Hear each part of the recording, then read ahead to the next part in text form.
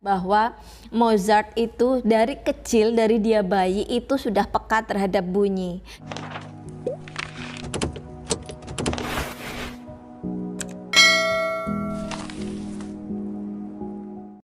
Assalamualaikum warahmatullahi wabarakatuh. Selamat datang di Ima Channel. Semoga kalian semua dalam keadaan sehat walafiat ya. Oke, mungkin di antara teman-teman mempunyai anak usia 2-3 tahun yang sudah saatnya memasuki usia sekolah, atau mungkin kita kira nih sudah siap memasuki usia sekolah. Tapi apakah betul? Mari kita cek beberapa hal yang perlu kita siapkan dan perlu kita cermati. Apakah anak kita sudah siap masuk ke jenjang ke sekolah formal? Oke. Cek. Yang pertama adalah emotional and social. Jadi yang perlu kita koreksi, yang perlu kita cermati adalah apakah anak kita sudah siap secara emosi dan secara sosial untuk berinteraksi dengan kawannya, untuk berinteraksi dengan gurunya, untuk berkomunikasi secara lebih jelas gitu kan. Nah, kira-kira apakah anak kita itu bukannya tidak pemalu ya, tetapi bisa terbuka dengan lingkungan sosialnya atau belum. Yang kedua yaitu intelijensi. Intelijensi ini maksudnya adalah kecerdasan. Apakah anak-anak kita sudah memiliki kecerdasan yang cukup untuk memahami penjelasan dari gurunya atau aktivitas-aktivitas yang perlu pemahaman lebih lanjut yang nanti akan diajarkan di sekolah. Kemudian yang ketiga adalah fisik atau motoriknya. Nah, apakah teman-teman anak-anak dari teman-teman semua ini sudah siap secara fisik untuk disiplin waktu, ya kan, harus bangun pagi, kemudian jam tidurnya seperti apa, kemudian aktivitasnya gimana setelah dia memasuki sekolah. Ya, saya ingin berbagi bahwasanya memang sangat penting mendampingi anak-anak tumbuh di usia emas gitu. Terserah itu pilihan dari teman-teman semua, mau belajar di rumah atau belajar di sekolah, itu terserah. Intinya kalaupun anak-anak itu belajar di sekolah, itu tidak terlepas dari pendampingan kita, tidak terlepas dari pengawasan kita. Jadi guru bukan senternya ya, tetapi center of study-nya adalah anak itu gitu, perkembangan anak itu sendiri. Oleh karena itu kita juga harus menyiapkan checklist ya, istilahnya checklist untuk mengetahui perkembangan anak kita itu sudah sejauh apa. Teman-teman semua, yang ingin saya garis bawahi di sini adalah setiap anak mempunyai potensi dan bakat masing-masing, juga mempunyai minat masing-masing. Makanya kita tidak boleh, kita sebagai orang tua nih maksudnya, tidak boleh mengukur anak kita dengan ukuran anak lain gitu. Jadi ukuran anak kita adalah teori perkembangan atau secara kajian ilmiahnya seperti apa. Jadi secara perkembangan misalkan untuk anak 1-2 tahun itu perkembangannya itu harusnya seperti apa. Itu secara teori. Kemudian 2-3 tahun, 4-5 tahun itu secara teorinya itu seperti apa. Yang kita lihat seperti itu aja. Kenapa? Karena setiap anak itu tadi kita kembalikan ke potensi, minat dan bakatnya masing-masing gitu. Artinya kalau misalkan ada anak yang bacanya cepat ya, cepat sedikit, belajar sebentar sudah bisa membaca. Nah, ada yang lain misalkan pintar gambarnya, atau pintar mewarnainya, atau pintar bercerita, atau ada lagi yang pintar melompat-lompat, naik, memanjat pohon segala macam. Dan itu bagian dari kepintarannya gitu. Jadi kalau kita menganggap yang pintar, yang bisa baca duluan sebagai yang paling pintar, itu salah teman-teman ya. Jadi bukan ukuran bisa membacanya yang paling dulu, yang pintar itu enggak. Tetapi bagaimana kita melihat kelebihan anak-anak kita itu sebagai kepintarannya, begitu maksud saya. Nah, saya ingin cerita juga tentang anak saya ini. Kebetulan memang saya, jadi gini ya, sebelum kita sampai ke usia sekolah, kita kan pasti kan ibunya itu kan tahu ya, dari dia lahir itu ketertarikannya kemana gitu. Jadi pertama-tama pasti saya dengarkan bunyi. Jadi kalau teman-teman baca apa biografinya Mozart, itu pasti pernah lihat bahwa Mozart itu dari kecil, dari dia bayi itu sudah peka terhadap bunyi, dan itu orang tuanya tuh tahu banget. Kenapa? Dari awal itu kan kayak didengerin gitu, apa ya, lonceng atau apa gitu, mainan yang bisa berbunyi, dan Mozart itu bisa mengikuti dengan cepat kemana arah bunyi itu. Nah makanya orang tuanya itu sadar, oh ternyata anak saya telinganya sangat sensitif terhadap bunyi, dalam arti peka terhadap bunyi. Dari peka terhadap bunyi ini bukan dianggap sebagai suatu kelemahan, tetapi sebuah kelebihan bagi orang tuanya si Mozart. Makanya dia dapat julukan si kecil jenius waktu itu. Dia kan seorang pianis besar ya, pianis jenius ya, karena dari kecil udah bisa baca not balok. Nah seperti itu. Nah saya lihat memang anak saya ini perkembangan yang harus dicapai itu kan selalu saya pantau, dan menurut saya yang paling lambat adalah kinestetiknya ya, motorik kasarnya yang agak terlambat. Oleh karena itu saya juga mencoba melihat dari perspektif lain, kira-kira kelebihannya ini anak di mana gitu. Makanya saya juga membelikan seperti kayak puzzle huruf, buku-buku atau pensil warna, semuanya itu yang sesuai dengan usianya. Untuk itu tadi, untuk menstimulan dia, untuk memancing dia, kira-kira dia kelebihannya di mana. Oh ternyata itu dia lebih cenderung ke teoritik ya, maksudnya gini. Jadi ketika dia belajar huruf, dia itu langsung nangkep gitu. Anak saya ketika belajar warna gitu misalkan, dia gampang gitu. It is red, ini warna merah gitu. Dia dengan mudah memahami itu. Ini A kapital, ini A kecil, cenderung ke situ. Atau belajar buku-buku gitu, belajar berbagai jenis hewan yang hidup di laut, hidup di darat dan lain-lain.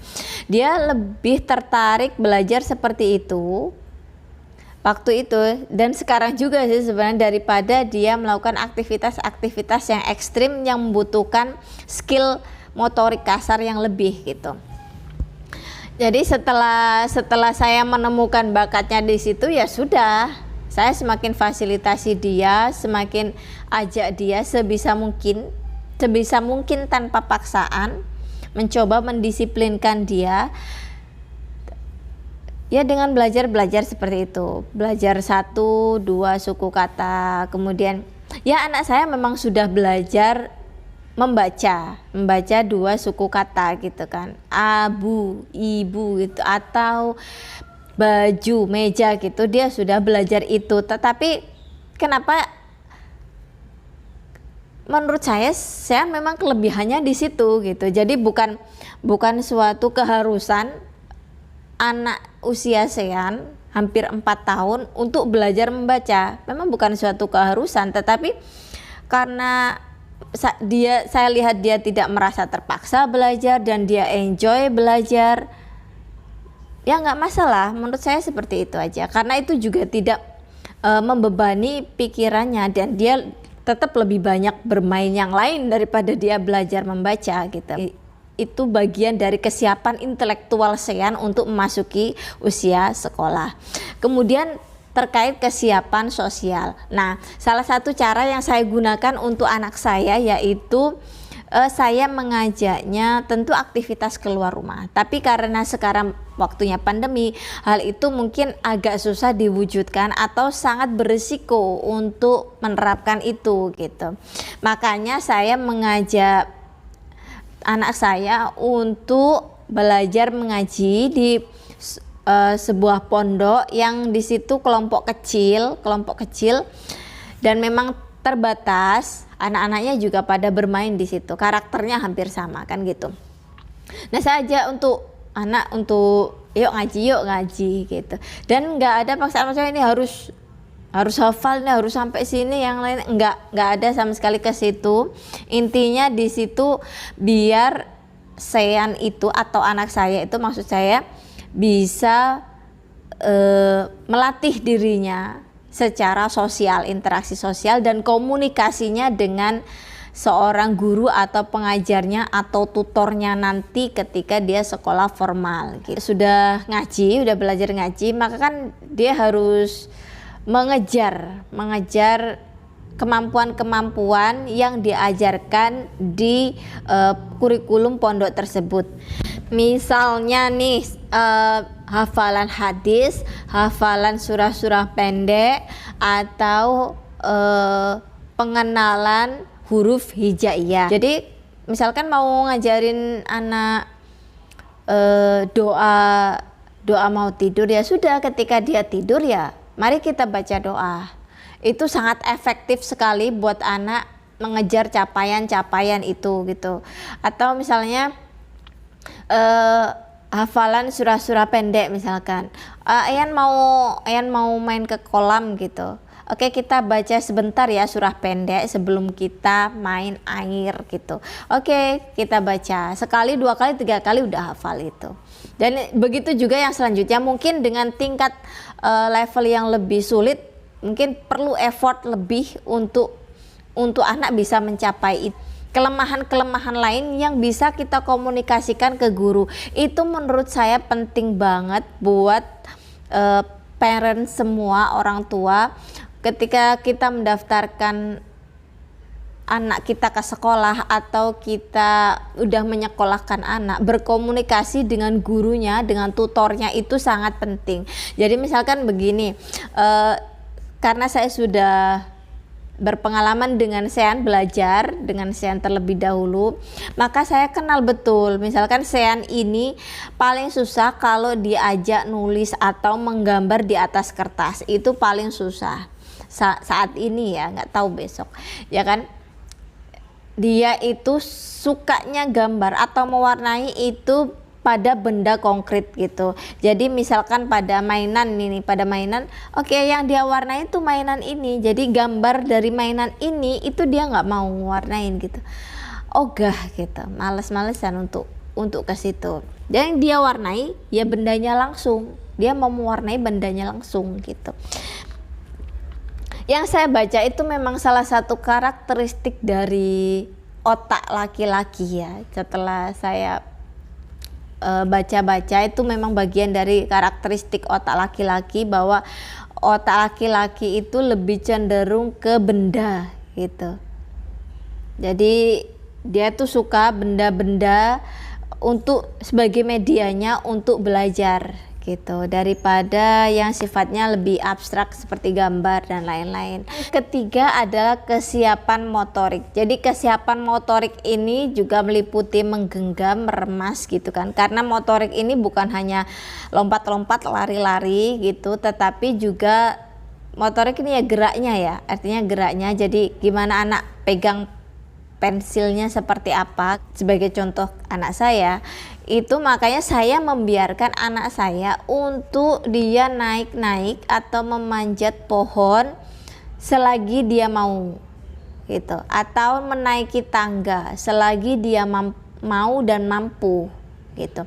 Jadi misalkan memang dia kebetulan ya, anak saya memang kalau naik tangga yang agak tinggi dia itu agak takut, dia maunya minta gendong. Bukannya saya nggak mau ya, tapi memang dia juga udah berat ya, secara kan udah gede. Nah ketika dia udah naik, oke, nggak, Ayan pasti bisa, mama pegangin, mama dampingin, ayo kita naik sama-sama gitu. Jadi kita naik tangga itu sama-sama gitu. Kecuali itu wahana bermain ya, kalau orang dewasa kan nggak bisa. Kalau misalkan kita naik ke eskalator gitu kan, coba ayo pegangan sama mama, nggak masalah. Itu kan itu salah satu latihan dari motoriknya kan, untuk membunuh rasa takutnya bahwa nanti kalau naik ke atas, kalau jatuh kan, untuk menghindari hal-hal itu. Nanti saya memang saya tidak mau anak saya mengalami trauma, misalkan takut ketinggian dan mengalami fobia, maksud saya takut ketinggian dan lain-lain. sehingga itu bisa mengganggu aktivitasnya ke depan kelak gitu. Makanya saya menghindari itu, saya biarkan dia naik, saya biarkan dia memanjat selagi itu tidak membahayakan nyawanya dan ada orang dewasa yang mendampinginya. Itu kenapa? Karena itu adalah bagian dari latihan motoriknya. Begitu sih. Nah, latihan motorik lagi yang juga tak kalah penting adalah menggenggam. Jadi bisa langsung tiba-tiba anak kecil bisa genggam pensil, nggak bisa. Jadi melalui latihan misalnya nih menggenggam pasir gitu kan, menggenggam objek-objek dari yang paling kecil seperti pasir sampai ke besar, misalkan menggenggam tongkat. Dan siapan anak untuk memasuki usia sekolah karena nanti juga kelak mereka akan dilatih seperti itu. Jadi kalau mungkin sebaiknya juga tips buat teman-teman semua, jadi anak pada usia emas itu jangan terlalu banyak dilarang. Kita hanya perlu mendampinginya saja selagi itu tidak berbahaya dan mengarahkannya pada hal-hal yang positif gitu. Bahkan untuk naik titian jembatan aja nggak masalah, selagi kita rasa, kita ukur dia mampu dan kita bisa memberikan keamanan buat dirinya. Itu sih. Semoga bermanfaat video kali ini. Apabila ada kekurangan itu pasti milik saya, karena kesempurnaan milik Allah Subhanahu wa taala. Assalamualaikum.